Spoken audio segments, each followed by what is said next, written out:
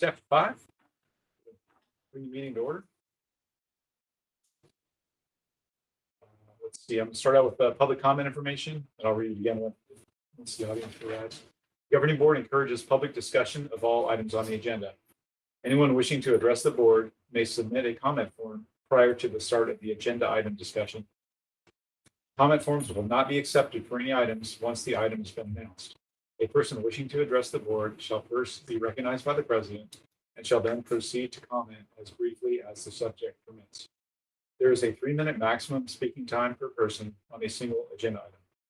The limit on discussing each item is 20 minutes. Board Bylaw 9323 states the board cannot comment on a non-agenda item. However, the matter may be placed on the agenda of a subsequent meeting for action or discussion by the board per the Brown Act. And please be advised our board meeting is being recorded. Is there any public comments on closed session items? Okay, leaving for closed session, we will be discussing the following items. Item 2.1, public employee appointment pursuant to Government Code 54947. Item 2.2, public employee dismissal release pursuant to Government Code 54947. Item 2.3, conference with labor negotiator pursuant to Government Code 54957.9. Negotiator Pauline Barnes. Employee organizations, Sunol AFT Chapter 1494 Local, CSEA Chapter 862, and management classified employees. And finally, item 2.4, public employee performance evaluation superintendent. And we'll go ahead and break the closed session. Thank you for coming.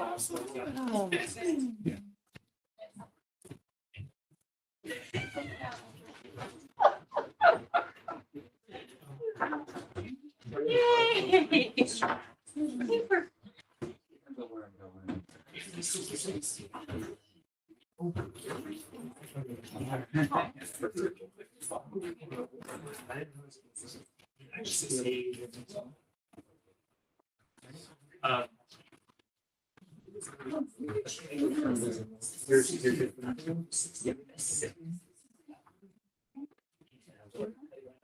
Yes, it's right here.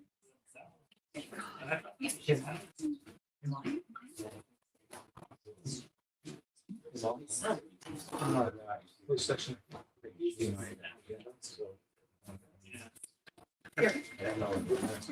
Oh. I got Everybody. that. There's plenty, sir. And then I finally found what you're talking about. It was on the bottom. I just had not gotten to it yet. But it makes sense. No, I don't know. Like,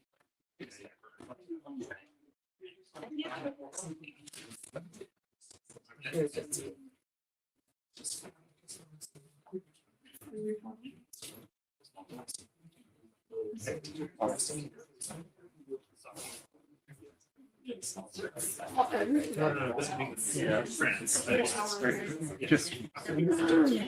All right, think I'm ready.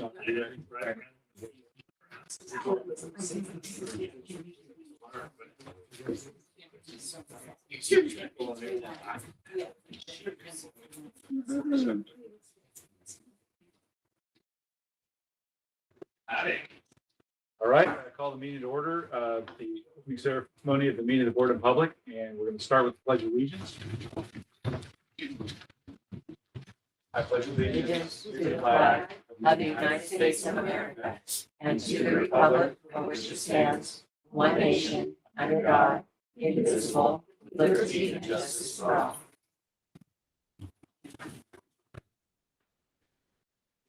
All right, welcome everybody. We usually don't see this many people here, so thank you all for coming. And, just have a little announcement to read before we continue. The Governing Board encourages public discussion of all items on the agenda. Anyone wishing to address the board may submit a comment form, which are available in the back, prior to the start of the agenda item discussion. Comment forms will not be accepted for any items once the item has been announced. A person wishing to address the board shall first be recognized by the president and shall then proceed to comment as briefly as the subject permits. There is a 3-minute maximum speaking time per person on a single agenda item. The limit on discussing each item is 20 minutes. Board Bylaw 9323 states the board cannot comment on the non-agenda item. However, the matter may be placed on the agenda of a subsequent meeting for action or discussion by the board per the Brown Act. Also, please be advised our board meeting is being recorded. And we've had some problems on this side of the table of us following proper procedure protocol and rules of order. So we're going to do the best we can to keep to that. So I urge anyone, if they want to make any comments, to fill out a form. Okay, number 4 on our agenda is action on closed session. The board approved the following personnel items: a 1.0 FTE certificated personal leave, and a new hire, 1 long-term substitute. And that is all.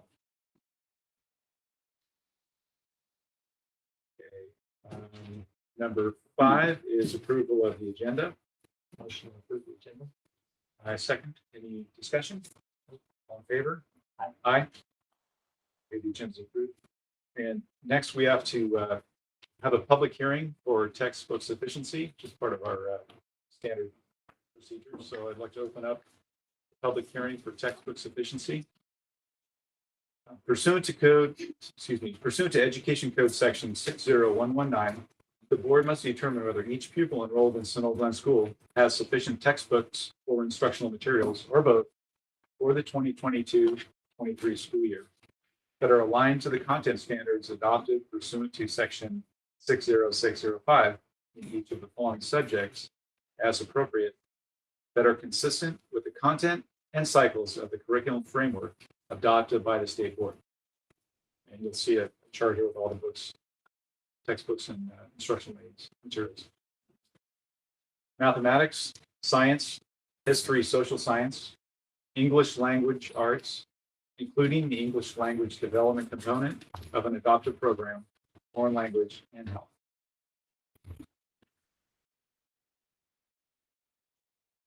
Comments on textbook sufficiency? It's just our standard, and again, it's important for us to make sure that we have enough textbooks sufficient for our students. That's the title.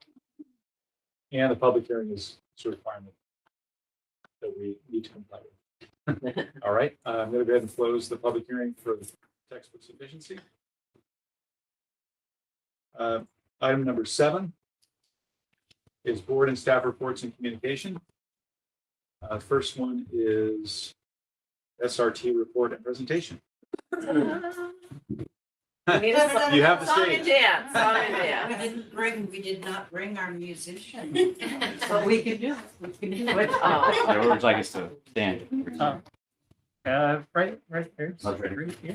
Oh, you're not gonna get up. There will be a presentation. All right. Yeah, right. Okay. So we'll just make it real quick. We don't have an actual presentation, but we thought we'd just do a quick. So we didn't know how many people were aware of SRT, or at least wanted to remind people. So Diane Thiessen and my name's Clay Kunkel, we're longtime residents here in Sunol, and we've been involved in Sunol Repertory Theater. I've been there since the 2001. You've been before that. When I retired in the 90s, mid-90s. The Sunol Repertory Theater's been supporting the school since 1982.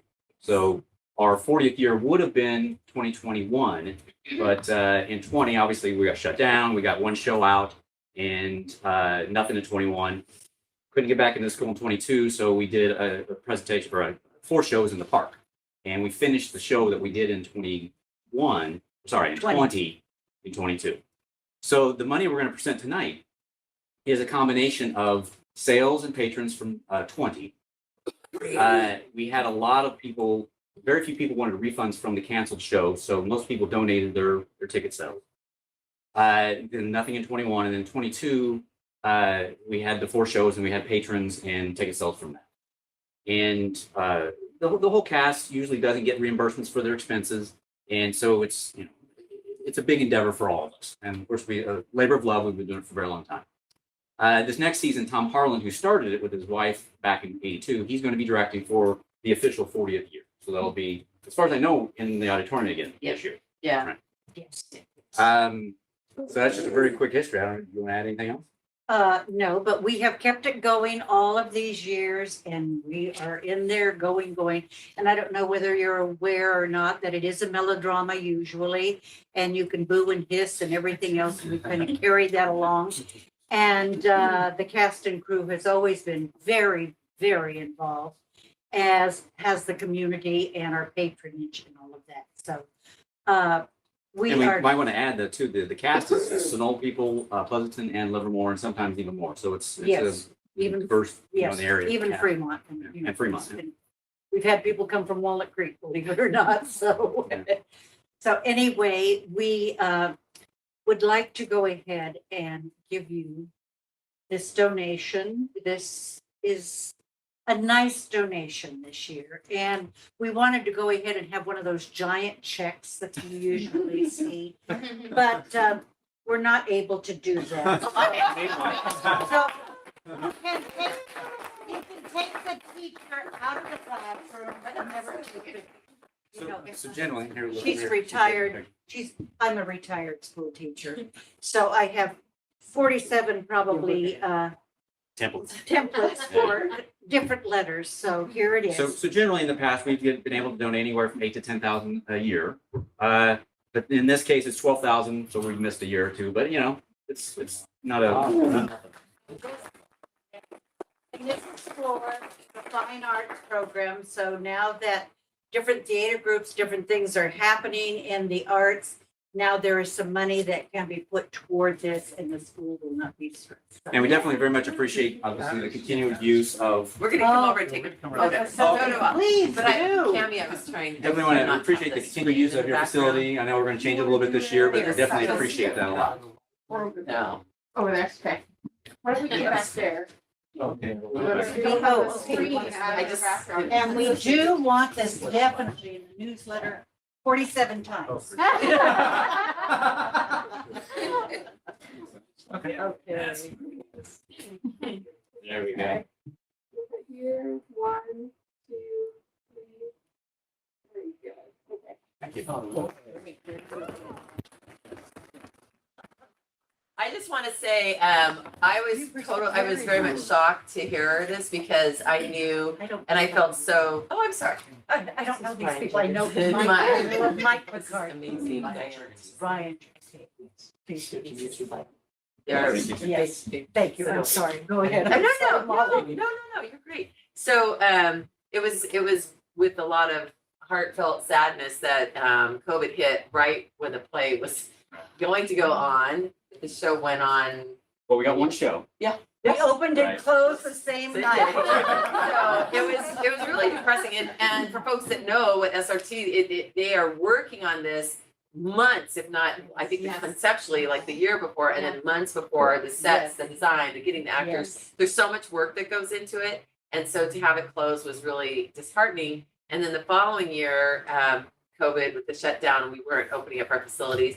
And I also just want to say publicly how lovely your committee was, that there was never any like, are you sure, Mom? You know, no begging. I'm sure there's tears behind the scenes, but just very gracious about understanding that the school, our first priority was to keep the students here, and what our vision was to thus, limit the amount of access, including outside agencies. As much as we love our outside organizations using the schools, that was the decision that was made, and there was a very respectful response. So to come to think that you still were able to raise such a huge amount of money, I think that speaks volumes about how people feel about SRT, and that fact that you offered refunds and people were like, no, they want to support what you guys do. And I know that you guys are also really good about advertising them at the funds go to the school. So this is huge. This is going to go right back to our students, support the performing arts are beloved at our school.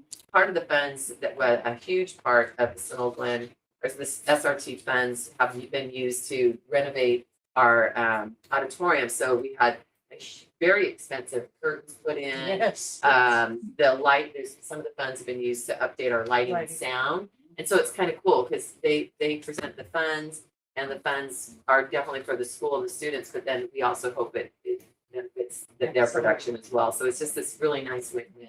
But wonderful partners to the school, and we're just eternally grateful. So And we thank love Excited to call dates, sponsors, and you guys. No, that we do not Okay, do. not yet. That the new director will do that, but We thought Tom was gonna be here tonight, but Tom, who started, Tom Harlan, he's got a couple that he's working on, but that's the process we're going through right now. yes. We have We have bylaws and all those good things. We actually do have structure. We selected the board last couple weeks ago, Yes. and the new board. And then they find a play, and then we have tryouts in December, and then I think our schedule for getting back into school is like February or something like that. So it's a little bit later than we normally do, but we'll manage. And a little bit of silver lining, since we couldn't do the play in the school in 22, we did it at the park. We had a huge people loved it During the because they could day. have alcohol and Sure, this is being recorded. Libation. Beverages. Libation. no, but it's legal. And- I'm teaching you. No, I know, but that did work out really well. It was a lot more work to put it outdoors, Oh, but it's still we had a really good outcome. Very creative, very Oh, creative. very, solution. very Thank you so much. Thank you, SRT. Let's give SRT a nice round of applause. Thank you all. We have a lot of real exciting business still. If you feel like you don't want to stay for the boring stuff, Well, okay, we won't be offended. We'll be Brief. Thank you so much. It's going to really be much appreciated by the arts program. Okay, 7B is 2021, 2022 unaudited actuals. All right, Miss Tara, you are up. All right, do you mind if I come to the? You go wherever you're most comfortable. And thank you for coming all the way out here to Oh, give us a live presentation. my So pleasure. good to see you. My pleasure. Well, good evening, board. Nice to be here. And to be superintendent Lawrence. And my name is Tara Sturgis Owens, and I'm the director to at the Alameda County Office of Education. And I'm also the CEO for Sunol and Mountain School Districts. And so this evening, I'm here to present the 2021 unaudited actuals for Sunol. And so I believe the board has a. You guys have. Nope, we can be shared. Okay. All right. Oh, and just before I get started, I just want to thank you to the staff of Sunol, Glen, Nikki, Teresa, Molly, Cindy, just for all of your help in helping keeping Sunol, Glen fiscally solvent. So it goes a long way. So without you, I can't do my job. And also a special shout out to my business analyst, Eileen. She is like the backbone. So she enabled me to be able to present because of all the work that she did for this. So basically a summary. Then we move on to the first page. Yes, so let's start off with revenues in our general fund. That's the biggest fund for Sunol Glen. So total revenue projected at estimated actuals increased overall by about $12,000 at unaudited actuals when compared to estimated actuals. And so at estimated actuals, we projected revenue to be about $4.2 million, $4,273,558. And at audited actuals, actual revenue came in at $4,286,000, $435. So these increases can be attributed to increases in your LCF revenue and other local revenues. Okay, we move on down to expenditures. Overall, total expenditures are about $205,000 less than anticipated at estimated actual. So basically, we spent less than what was budgeted, and that is good because we know that budgets are like a moving target. And so there's always going to be fluctuations, and that's expected. So at estimated actuals, our expenses, we projected them to be about 4.4 million, but at unaudited actuals, they came in at 4.2 million. And basically the decreases can be attributed to the decreases in books and supplies and services and other operating expenses. All right, move down to the contributions from the unrestricted general fund. You know, sometimes programs come up a little short. So there needs to be some financial assistance that comes from the general fund to finance the operation. So these were the total contributions from the unrestricted general fund. They were about 185,000. In comparison to estimated actuals, they were 137,000. So it's about an increase of about $49,000. Components of the ending fund balance. So the total ending fund balance at year end was about $1.4 million. However, there's a portion of that ending fund balance that is restricted. And so the restricted balance, ending fund balance at unaudited actuals is about $352,000.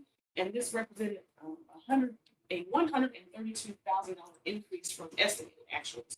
And this kind of happened because we didn't spend all of our restricted dollars prior to the close of the fiscal year, but we're going to do better in 22-23 to spend down those monies. Yeah, many of those grants, they had their timeline is extended, so we watch really carefully to see which ones are, if they say that funds must be spent by July of 2022, obviously those are the funds we're going to spend first, but some of these funds, it might be not, you have to have them expensed by 2024 or something. So we pay attention to that sort of due date. And if there is an allowance for it to be at a later point, it's being fiscally solvent to make sure that we have funds available, throughout the years and these are for programs. Many of these are associated with learning loss and keeping our campus clean and other things associated with COVID. So that's what a lot of those funds were connected to. Move on to our reserve for economic uncertainty. So one of the main ways we determine that if Sunol Glen is going to be fiscally solvent is if they can meet their reserve for economic uncertainty. And so Sunol Glen has a state requirement to maintain, it's also known as the RU, and it's equal to 5% of the total expenditures and transferred out. So for June 30th, 2022, this totaled $215,000. So it's kind of like you have to have this in order to remain fiscally solvent, since it's a requirement. And some school districts is 3%, some school districts is 2%. It's all based on the ADA of the school district. We have other designations. The Sunol Glen Governing Board also has a commitment of $120,000 as an additional reserve for economic uncertainty. That we all know things come up, emergencies. So it's always good to have money in the pot, somewhere to fund emergencies. And the district also has an assigned $150,000 for special education funding, which is very important because we know that special ed costs are very expensive and they continue to rise. And also $60,000 in other certificates. So your unassigned and unappropriated funds. Basically, I look at this as the district's savings account. So this is what is left after all your expenses have been taken care of, your any kind of obligations the district may have, and it represents the excess of the general fund's assets over its liabilities. So at year end, basically the savings account is about $498,000, and this increased from estimated actuals by about $76,000. So it's good. We have a nice little cushion. So in summary, overall, for 21-22, we did better than expected at estimated actuals. The general fund ending balance for unaudited actuals was $1.4 million. This represented a $212,000 increase that was projected at estimated actuals. And one of the things that I would like to highlight is at estimated actuals, we were deficit spending, meaning that our expenditures were greater than our revenues. But at estimated actuals, we're operating in a surplus, meaning that we have more revenue than expenditures. So we did well. We did the year well. These are some of the other funds that Sunol Glen has. And, in this summary, it just tells you kind of what our expenditures were, what some of the revenues were, and the ending balance of those. We have cafeteria fund, deferred maintenance. So it just kind of goes through each fund's financial activity. And you can scroll down to this first chart here. This report just gives basically a a historical 5-year snapshot of the district's financials at each unaudited actual period. And just a trend, our revenues have increased over the 5 years, expenditures have, and even our ending balance has. And, this is good.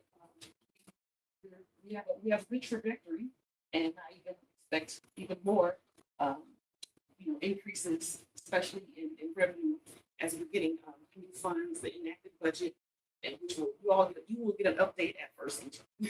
But this is just a 5-year comparison for the past 5 years. And this chart right here is just a graphical representation of what was on the prior page, and this is the revenue. So this is just the same data, fiscal data, just in a graphical representation. Continue. And again, this is the expenditure data in graphical form. And the next chart, and that's the ending fund balance. Again, it's just a representation of the data that was in the summary before. And this chart right here is kind of what I highlighted earlier in the summary when I was speaking about the increases in the revenue, the increase in our ending fund balance. So this just gives a comparison from estimated actuals to unaudited actuals and the variances, which include the dollar amounts and the percentage amounts.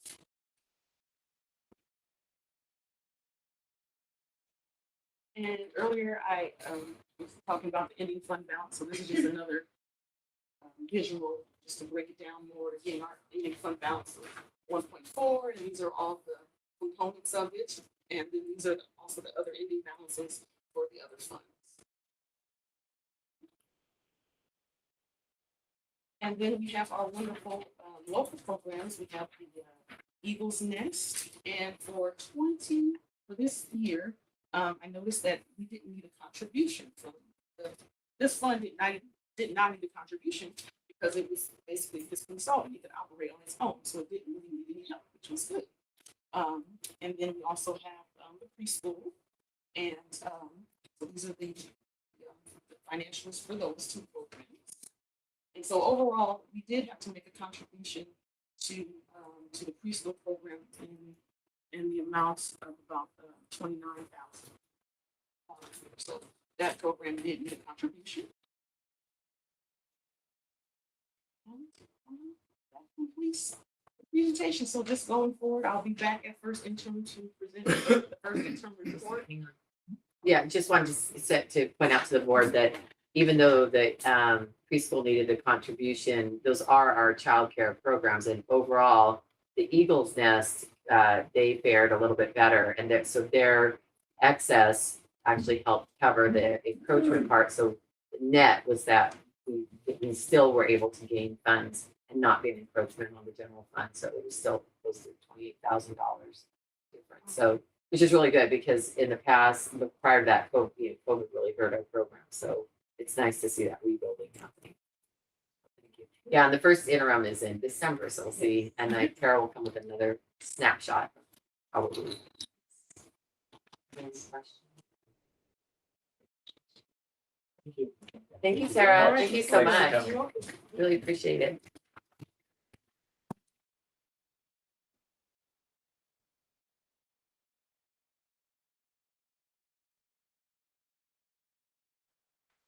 Next is 7C, enrollment report. So we've been holding pretty steady. We're currently at 270. Good. Looking good. And 7D, superintendent's report. Sweet. All right, couple of announcements. We had since we last met, we had our back to school night on August 18th. It was great because the years prior, we had to have it virtually. So this was our first live. People are back on back to school night. It was great seeing all the parents. We had a lot of parents show up. It seemed to be a pretty full house. A lot of teachers expressed how nice it was, because that's how we build our bridge with our families. So really appreciate all the families. I see some of our parents here tonight. Thank you for coming.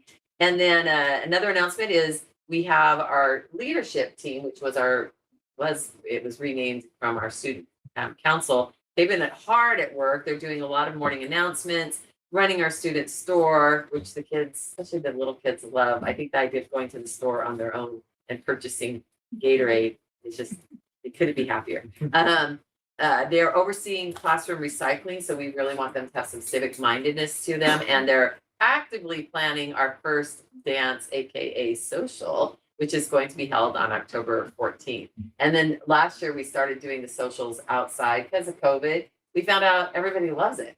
Kind of like SRT was explaining that they have people love that part, not for the reason that they said. That. I just want to clarify. Let me clarify. But having the kids out in the quad area at night, there's just something really magical about it. And we can put up the twinkle lights, and we have games of cornhole and everything. And it's age appropriate, and it's super fun, and they have a really good time. And then this year, the last 2 years, we haven't had our ever so popular Time with Teacher event, which is a fundraiser for the school. And I really give a huge shout out and thank you to our teachers. So they combine it on the first social. I don't know if the middle schooler kids like this, but the middle schooler kids are here anyway. And then the kindergarten, TK through fifth grade teachers have Time with Teacher, and they choose rooms. Like I know the fourth and fifth grade will be in this room. It's a little bit bigger, and they have a movie night.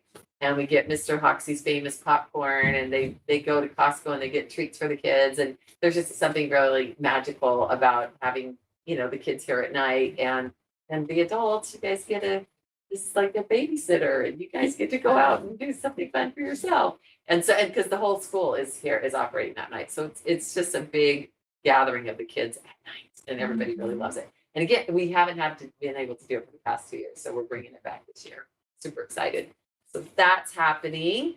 I do want to just make a comment. I did say this at back to school night, reminding about where our students have been because of the COVID, that it has shown to impact them academically, and we are seeing it in the classroom. A big area of deficit for kids, what we have come to realize, is writing. So where we used to see, for example, our seventh graders, what they were able to write, it's just not as robust or as meaningful or detail oriented as we have seen in the past. And that's 2 years in a row, almost 3 years in a row of not having solid classroom instruction. So last year, our direction was really to welcome the kids back on campus and be cognizant of the fact that they had kind of gone through this traumatic COVID experience. And so we called it a slow roll to endurance, our grade level light. Our focus was a lot on social emotional learning, making sure the kids felt safe and welcome, and still moving the academics forward. This year, all hats are off, all that's off.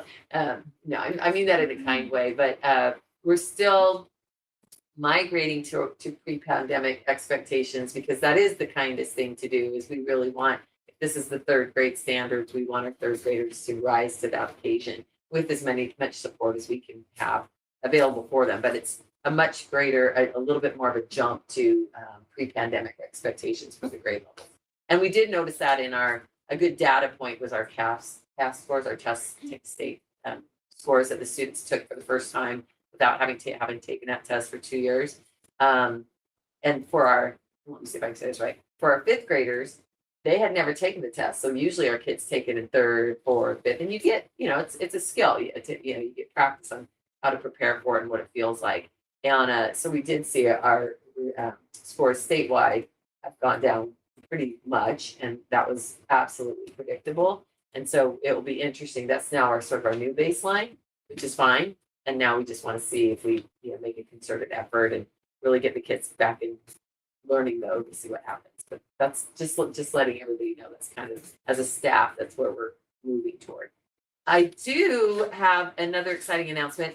Prior to it's like, I know we keep saying this, but prior to the pandemic, we used to have all these other robust program offerings for kids, and then we had to kind of slowly kind of cancel those, or those were canceled, and we're slowly trying to bring them back. So we have a club that's being offered on campus. It's one of our first clubs. We love having, luckily we have 4-H and the scouts that are on campus and a part of our school. So those clubs have been going, which is great. But this is a science club at school for all 5th through 8th graders to come and do fun hands-on activities during lunch.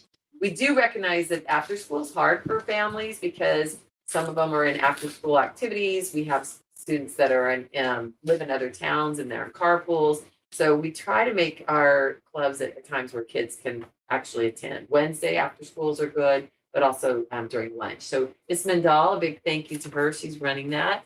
And I just wanted to share with the board, it wasn't our first live garden because we had live garden twice last year after not having it, but it was our first this year and only our third after 3 years. So this is just a little flyer for the garden. And if you just want to take a second and go through it, just seeing the kids out in the garden eating their healthy snacks. And yes, kids will happily eat healthy snacks because I don't know, they're outside and there's something exciting about eating outside. And so it was a lot of fun, a lot of work to be done. Our garden has been, neglected a little bit. So it does need some TLC. And our second garden day is Tuesday, this coming up Tuesday. So if you're not doing anything, please feel free to come and help because it's a lot of work and it's a lot of fun. And do I have anything else? Yes, big. I know Cheryl's here. She's going to talk about it. Super excited. Our walkathon. That's our big fundraiser and also super fun. A good community building, partnering with parents. Good exercise for the kids. They always have really fun stations. So it's not just walking the laps. There's usually stations where they get their face painted or they're doing some watermelon eating and stuff like that. So really an exciting time. And that's coming up on September 23rd. So look forward to all those events. It's getting back to normal. Yes. It's loving it. So that's my report. Great. Thank you. All right, next is 7E, bond update. We have a couple of forms. We'll start with the first one that was turned in, Chris Boberts. Yeah, I mean, you're probably gonna answer the questions that I have. I just had two questions. Really not problems. One, both based out of people reaching out to me with questions about the bond. So one, people have been asking where they can reach out to help with the bond, whether they have people they know that can bring quotes or whether they come from construction background or whatever. And so they really just like to know, or I'd like to know what they're saying about that kind of stuff. And then other people have been reaching out asking where they can find updates of what's happening with the bonds at any current time. So I realize we're gonna have another board meeting in a month. And then if I'm not mistaken, we're trying to get on the ballot, right? So that's only potentially one public, update from now until the ballot. So there's another way. Sure. Great questions. And let's see, next is Linda Hurley. Okay, so kind of leapfrogging off of that, a few questions from people.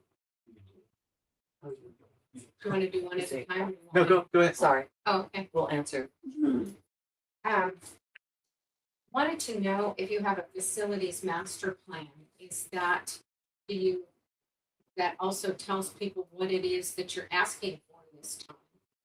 And basically, there's been no outreach that I'm aware of that lets people know what is being asked for in the way of repairs of the school or so forth.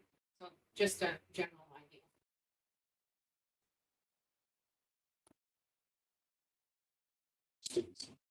What's that?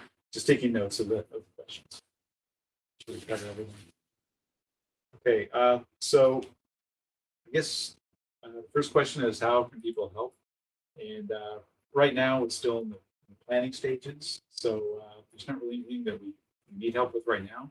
But I guess my email is probably the best way to get a hold of somebody, which is me, for Measure J.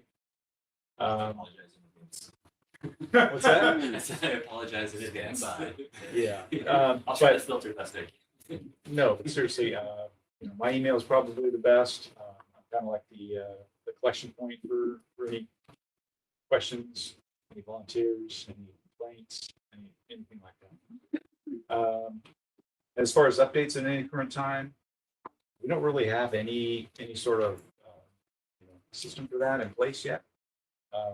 Last time we did the bond, we had a Facebook page, so I think it might be a good idea just to open one up. That way, we can put updates on that, maybe instantaneous after whoever wants to follow the page. You can put it on the website. Tammy? There are.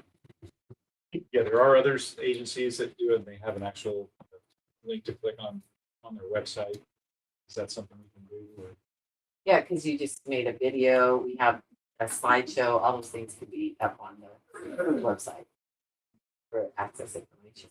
Yeah, so those are great points. We do want to make sure that the community is updated, especially people at the school. They parents want to help out. They know what's going on. Any other comments? Did Mr. Roberts, I misheard, did you say that people were also interested in helping like with campaigning part too, or just more in the construction? Not specifically, I haven't had anybody reach out about that, but more like with resources in Oh. terms of. Oh, okay. So that would be like later. Because I know that Mr. Picard, he did attend the community club meeting, which was so at Sunol, there's different factions that you can try to get information out. So attending the community club meeting, we have in the past, and we are again going to attend the Sunol Citizens Advisory Committee, the SAC board meeting, which is next Wednesday. They're having one, which is really all that the town has as far as a town hall, like your city council, right? So that we're on their agenda next week, Wednesday at 6 p.m. It is virtual, but they will, they do advertise out where that link is. I think it's on, I don't know if they have a website where they put that is Pretty on on the the board county. of supervisors. And I don't know if they put up their agenda on the post office bulletin board, the SAC board. I don't know. Do you know, Mr. Oxy? Oh, on their just on their website. Okay, so that's a good place to go because we will be there, and that's what we did in the past too. We present there. A lot of town people actually do go to that, but a lot of town people don't. So if you don't attend, you're not gonna. Unfortunately, that's hard to hear information if you're not there. But those are the few places that I know in the past we tried to go to get the word out. And you guys attending, we really appreciate it because you talk to people and you could say, oh, I went to the board meeting and I heard go to the SAC board meeting. You can hear more, look on the website. We really appreciate that because we know that that's an area that's really a challenge. We don't have a newspaper in Sunol. There's some hardships. I know Andrew Turnbull was here last month or the month before. He said he was going to do a videotape and put that out because he has a big group email list. I don't know that I'm not sure if he ever did. That was one of his commitments. Do you know? No, I don't think we do. You don't think he did. So we I do didn't have receive it. people volunteering that live in the town that are wanting to help because that communication piece is really elusive. But because they're volunteering and then, we welcome that. We're very appreciative. Unfortunately, if it doesn't get sent out, then because they're volunteering, it's like hard. And that's another thing, communication is a tough thing. So we really want to educate people why we need money to fix the school and what's wrong with it and what our project list is. I guess we did a poor job of it last time. It turned out to be a post office bulletin board battle. That's what it was. It was just stuff being posted and people saying, vote no, vote yes. So I think we're gonna do a better job this time of getting the word out. I'm not sure if we can have meetings here at the school. Or, Campaign meetings? no, more of Information. informational. So Information, yes. yeah, the hard thing is for people to show up here at the second Tuesday of the month at 6 p.m. and sit through all this stuff. But we'll look into having meetings other days of the week, other times, so more people can come.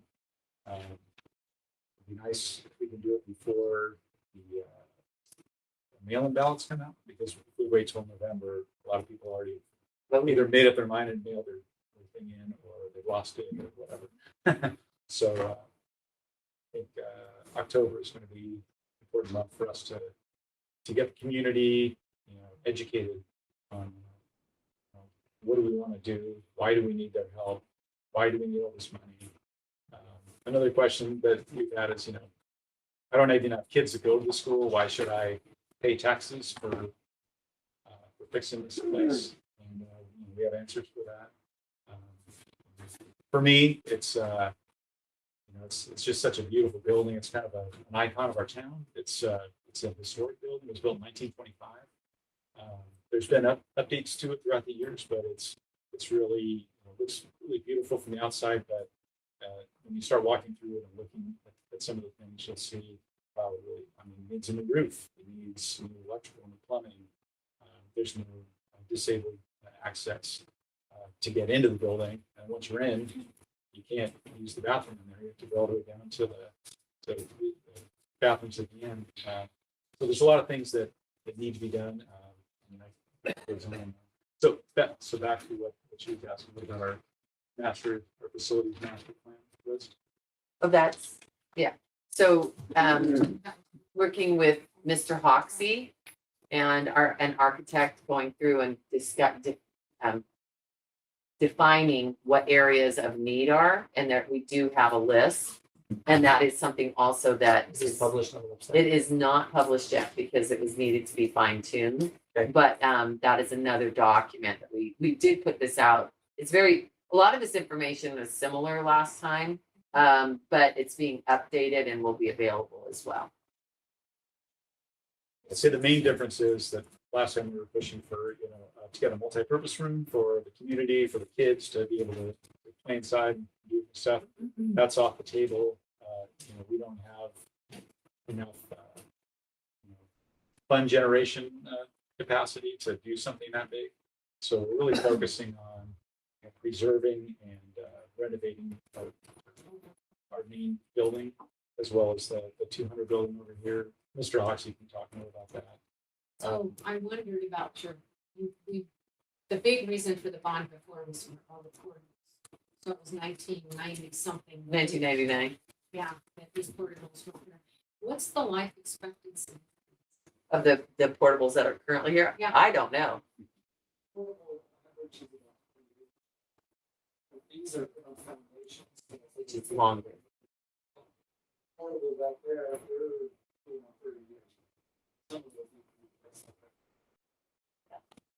But if you put on foundation. One other big difference other than the scope is the dollar amount's a little bit less. And then if you look at this chart that shows us compared to all the other districts in the county, we rank number 2 from having the lowest tax rate. Pleasanton is the only one that's slightly lower than us. And Pleasanton Unified is going for a bond of 300 something million. 300 million. So they will jump up. We will be dead last. And in a year, our bond will drop off and be gone. We're the only one that has 1 bond. Everyone else has 2 and above. We'll be at 0. And so our proposal is to just keep the tax rate the same. And we'll get those funds to then update the school. So it's not adding a bond on top of what we have. It's a proposal to keep the same level. Nobody likes tax increase, but it would be keep it the same. Yeah, thank you. And your other question was what is being asked for in repairs? Were you talking about? It was just like a list Is the of. master plan? That was the facilities master plan, basically what you need and why. Okay. And we'll make sure that that's available Yeah, on so the. list right there. Yeah. So. Good question. Thank you. And I think Chris had mentioned going for the ballot. It is in fact on the ballot, and we've done our rebuttals and all that, so it will be on the ballot in November, or the mail-in ballot prior to that. And I guess part of the education for the public is that a lot of people don't know, how schools are funded, how how facilities improvements or maintenance are funded, and that's going to be, I guess, part of our education as well. I don't know how much detail you want to get into it tonight. Their questions seem to be more about the communication piece of things, like you said. And as far as communication, we're trying to encourage people to talk to 10 people. And then those 10 people maybe talk to 10 other people. Kind of Try to trying get for a Get it into the grassroots community. campaign this time. Otherwise, people don't know to look to the website to even Yeah. look at this stuff. But I think maybe the main thing was like what you were asking. I guess my email is probably the best thing for people to get information, and I can kind of steer them the right way or answer their question, or listen to their complaints, whatever it may be. You want your emails on. And my email is on the school website. It's also the election material that's coming up. So we open all kinds of spam and harassment. Bring it on. All right. So I guess for our purposes, bond update, we did walk through Mr. Hoxie with the help of Sean, our videographer. We walked through the facility, noting some of the problems and issues, talking about some of the things that we'd like to have done. And that's going to be available on the website. The next thing, as Ryan mentioned, we have a list of 10 or so people, and we're just going to get out in the community and talk to each person's going to talk to 20 of their neighbors and friends and acquaintances, and then they'll talk to other people. Really, it's not a question of politics and Republicans versus Democrats and this and that. It's more of a do we want to see our school preserved and maintained? We're not trying to build a big giant glass monstrosity. We love the building the way it is, but it's just not serving our public, our staff, and our students like it should.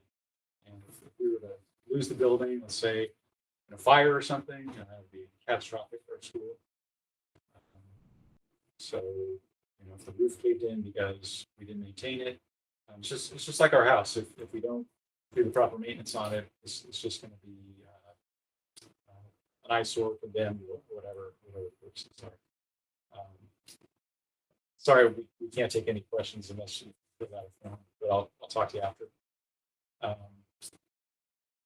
And kind of unlike our house, we can't take a second mortgage out. We get money from the students that are here, and those are for daily operating expenses, paying our teachers, paying our staff, paying for our electricity bills, our water, but it doesn't give us a huge amount of money that we need to maintain the buildings, to renovate them, to make changes that are, kind of make it so people with disabilities can come in and use the facilities, make it safe for our students. You'll see on the video some of the panic hardware and stuff where if there was an emergency and we had to exit really fast, it's just not really up to snuff. So those are the kind of things we're just asking for the community to come together and pitch in. That's what it's going to take to help fix up our school. And if the community thinks that having a school here is not valuable, then that's the decision they're going to make. But I totally disagree.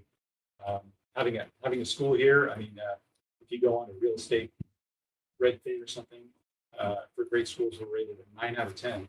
That's a testament to our staff, our teachers, Chris, and to all the parents and people that volunteer here. It really says a lot. It brings everybody's real estate prices up that live in the area. What more can I say? Going back in history, where I live up Sheridan Andrade, there's a little tiny piece of property. It's like less than a half an acre. There's a house on it. But before that house was built, it used to be the school. It used to be a schoolhouse. It was part of the Sunol Glen School District. And there was, I think, correct me, there were 4 or 5 different school buildings. There were 5 schools in the area. We're a unified school district. We ended up coming here. But what the neighbors up there did, you can look on the parcel maps in the county, which I did because I was just curious looking at my parcel map. And each person donated a little sliver, a triangle of their property to put this school building there for all the kids to go to the school there. Yeah, it's a little known piece of history, but I kind of see that's kind of what we're we're doing here. It's like we're all getting a little sliver of our, property taxes to fix up our school. And those people, they donated it, their piece of land, and I'm not sure what happened to that property. Probably was sold, and the money was put to build this facility. But yeah, that's what that little kind of pushes stamp piece of love is. And everything else it's like 89 acres, 92 acres, because they gave up their little piece. Anyway, I like to see our community really come together and be a team to help preserve our school. And I'd like to see a lot less arguing, fighting, and more of a, hey, let's all pitch in together and do what we can to keep our school. Yeah, we're right on the brink of being 100 years old too. There's something really magical about that. So, this building was built in 1925, so the 2025 is coming up, and I mean, what a great way to celebrate is to have the availability of fixing up this beautiful, iconic building. So, Really, now's the time for me, in my opinion. Construction costs aren't going down, labor costs aren't going down, material costs aren't going down. Everything's going up. So the sooner we do it, the better off we'll be. All right. Anyway, I think I've talked enough about that. Any other comments on the bond update? Okay. Number 7F is facilities and maintenance support. Mr. Roxy.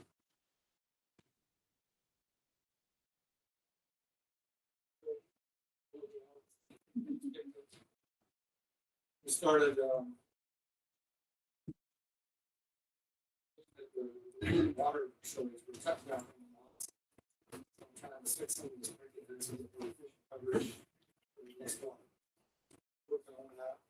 A couple of our trees are starting to show the wear of the drought of the water use, and I've got one that gets seeded out there on the sites. And Robert is looking at it today, and we have beetles. Getting the report, we're going to try and make sure that we don't do something. We got water, fertilize it.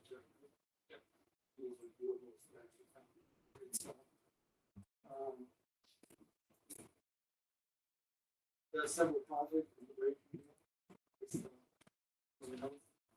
Let some of the schools, the teachers want little things down in the room, stuff that I can't do with class. All the desks and stuff. Move the desk around and get those done during the break. And we were there about 4 or 5 for our students. Decided to get on 32. So that was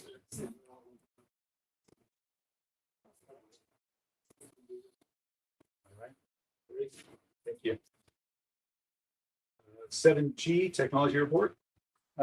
Nothing to report out on my end. We have a few projects in the pipeline, and we'll have more to report out in the next meeting. Cam, do you wanna- Yeah, just really briefly, I'll have a lot more for October, but data and IT, we're continuing our work with assisting the teachers, staff, and students as we prepare for state reporting, including CalPAS and the California dashboard. Getting ready for the upcoming grading window and the first trimester report cards. Last but not least, right in the middle of configuring our soon-to-be implemented mass notification system. and is that okay? Yeah, we want to give a big thank you to our fabulous partners, the community club, because it was a pricey item. 6,000.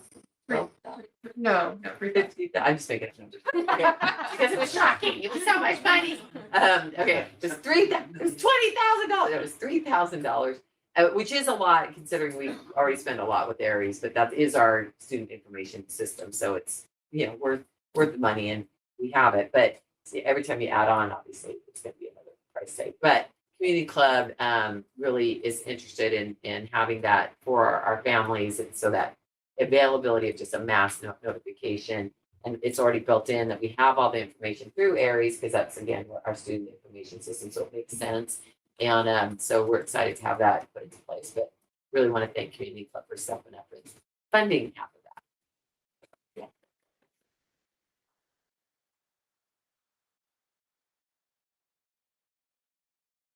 Yes, Cam. Um, Okay. All right. Thank you very much. Let's see, 7H is community club report. Sure. So, since the last meeting, we held a welcome back social on Saturday, August 13th. And we were fortunate enough to hold it at the school, which was amazing. Our families brought some picnic dinners, and community club have brought ice cream and sundaes with all the toppings, and the kids had an amazing time. New families loved visiting the school grounds in person because they hadn't had a chance to do that prior to that because of COVID. So grounds were open. We had a lot of families. Their kids were giving them tours around the campus. It was amazing. It was so fun. We had a budget committee meeting in August, and we reviewed the wish list items, and we drafted our budget for this calendar year, and it will be approved at our Thursday, October 13th meeting, the next meeting coming up. We will have a fall book fair, which will start next week, and the books arrive in the library, so they're staged. The teachers will preview the books with their classes at the end of this week, beginning of next week, and sales will be next week during lunchtime only.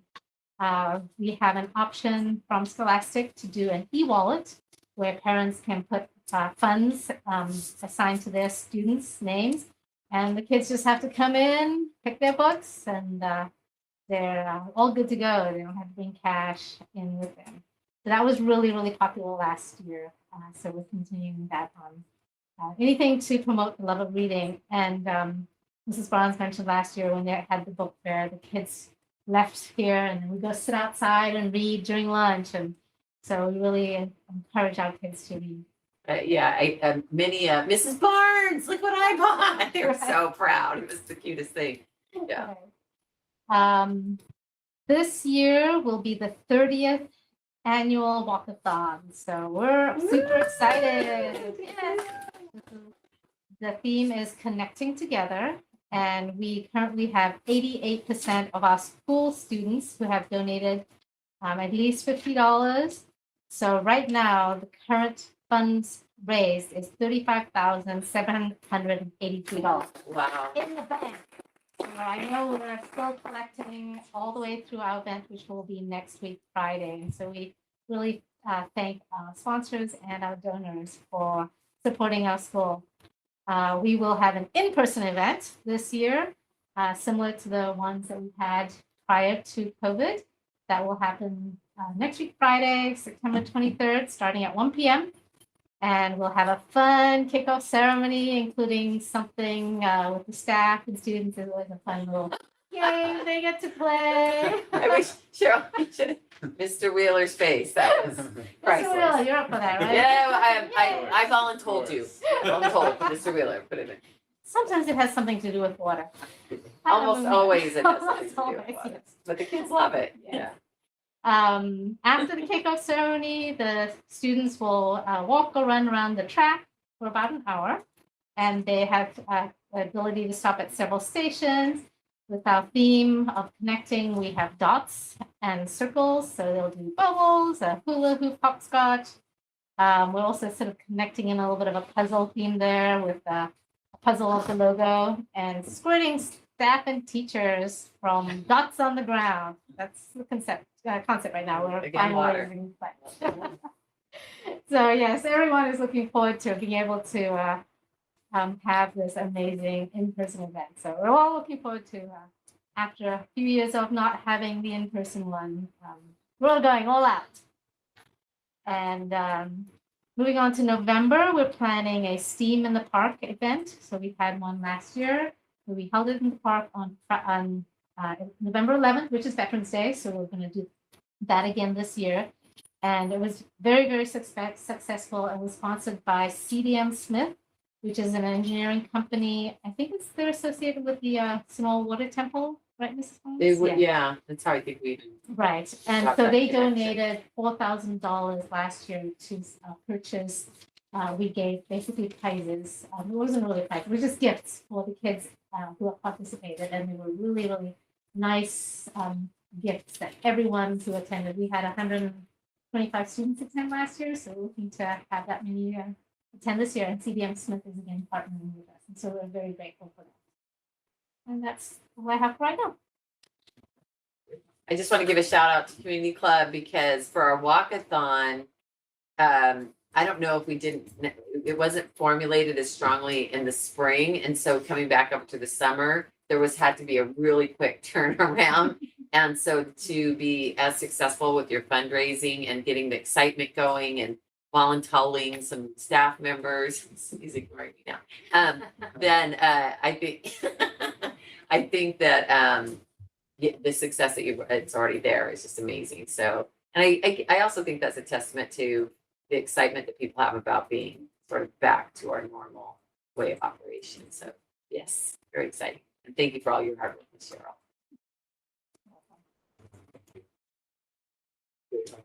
7I, Board Policy Committee report.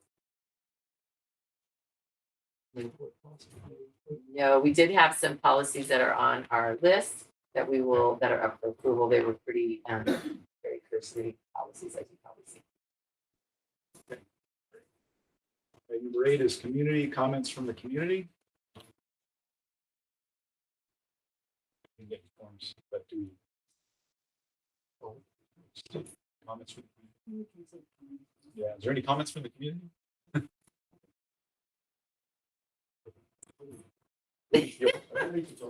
Okay. Number 9 is items for report, discussion, and possible action. 9A is report, discussion, and possible action regarding the approval of Sunol Glen Unified School District's 2021, 2022 unaudited actuals. Second motion, any discussion? We're not going to make you all read all 119 pages. I did go through it. All right, vote on the motion. All in favor? Aye. 9B, report, discussion, of possible action to approve the EPA spending determinations for 2021, 2022. Motion to approve. A second, any discussion? All in favor? Aye. 9C is report, discussion, of possible action regarding the approval of resolution number 22-2023-04, sufficiency of instructional materials for the 2022-2023 school year. Motion to approve. The second motion, any discussion? All in favor? Aye. Aye. 9D is report, discussion, and possible action to approve resolution number 22-2023-05, adopting the GAN limit. Motion to approve. Second motion, any discussion? All in favor? Aye. 9E is report, discussion, and possible action to approve resolution number 22-2023-06, designation of representative and alternate to the East Bay School Insurance Group for the 2022-2023 school year. Motion to approve.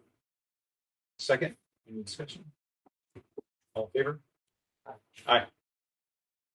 9F is report, discussion, and possible action to approve resolution number 22-2023-07, approval of representative and alternate to the Alameda County Schools Insurance Group for the 2022-2023 school year.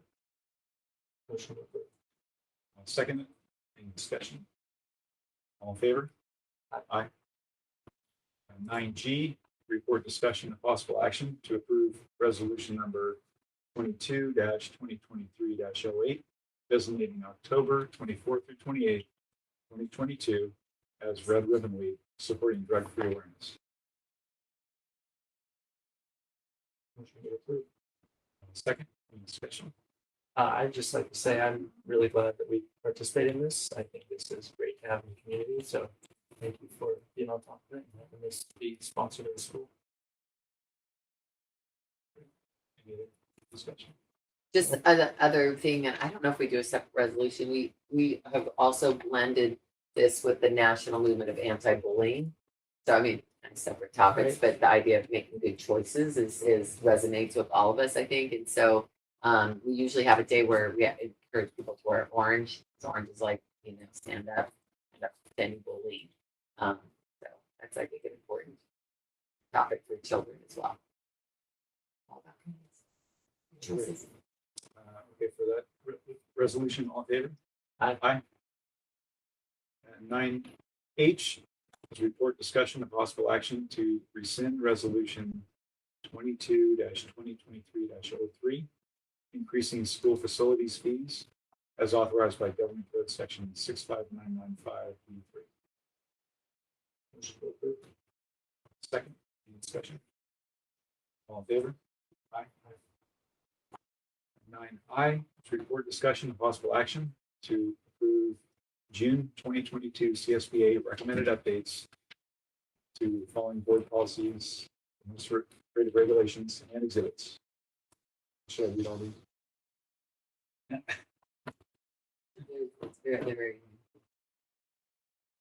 These are boilerplate, our school board belongs to the California School Board Association, so they are vetted through that organization, and they pass them down through us. They include like any updates, if there was any legal action that then required some, updates with language. So many of these we already have, but this will be like an update. And sometimes it's a small shift, and sometimes it's a little more significant. Updating the mandated wording. Yes. Or new laws Yeah. passed. Something. Yeah, and we have to have those, that board policy follows. I'll make a motion to approve. Second motion. All in favor? Aye. And 9J is report discussion of possible action regarding the approval of the agreement between County of Alameda and Sunol Glen Unified School District for health and wellness program services. Motion to approve. Second motion, any discussion? All in favor? Aye. Aye.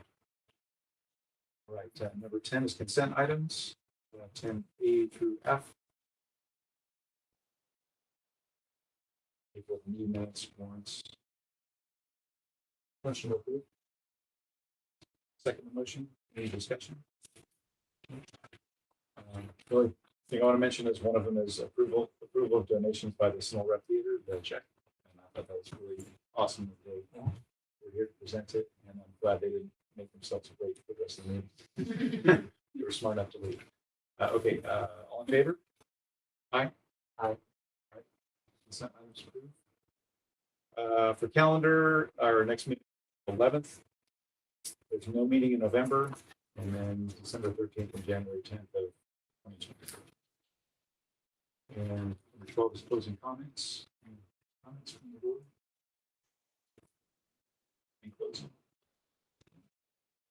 No, I really appreciate everybody's support. It has, even though we're on the other side of COVID, it feels like it's still lingering. And of course, we're hearing there's going to be another surge in the fall, or excuse me, around the winter time. And so I also want to thank the staff, because there's just this very much dedication to getting as close to normal pre-pandemic times as possible, with still being safe and making common sense types of adjustments. But as Cheryl said, just even having parents on campus, being able to be here has been really wonderful. And the walkathon being is pretty similar to pre-pandemic times after not having it for 3 years is just awesome. So thank you, and thanks to every parents and everybody's for their patience and understanding. It's been really wonderful. All right, once again, thanks everybody for being here. We appreciate you all attending and all the questions and comments. That's much appreciated. And we will be sending out some updates on this. So thank you very much. And we're going to go ahead and adjourn. Thank you. Thank you, Tara. Make the long drive out here. Thank you. Thank y'all. We You have. have to You want- sign. Not a problem. Phone number and you can reach out. We We, the basic, See you.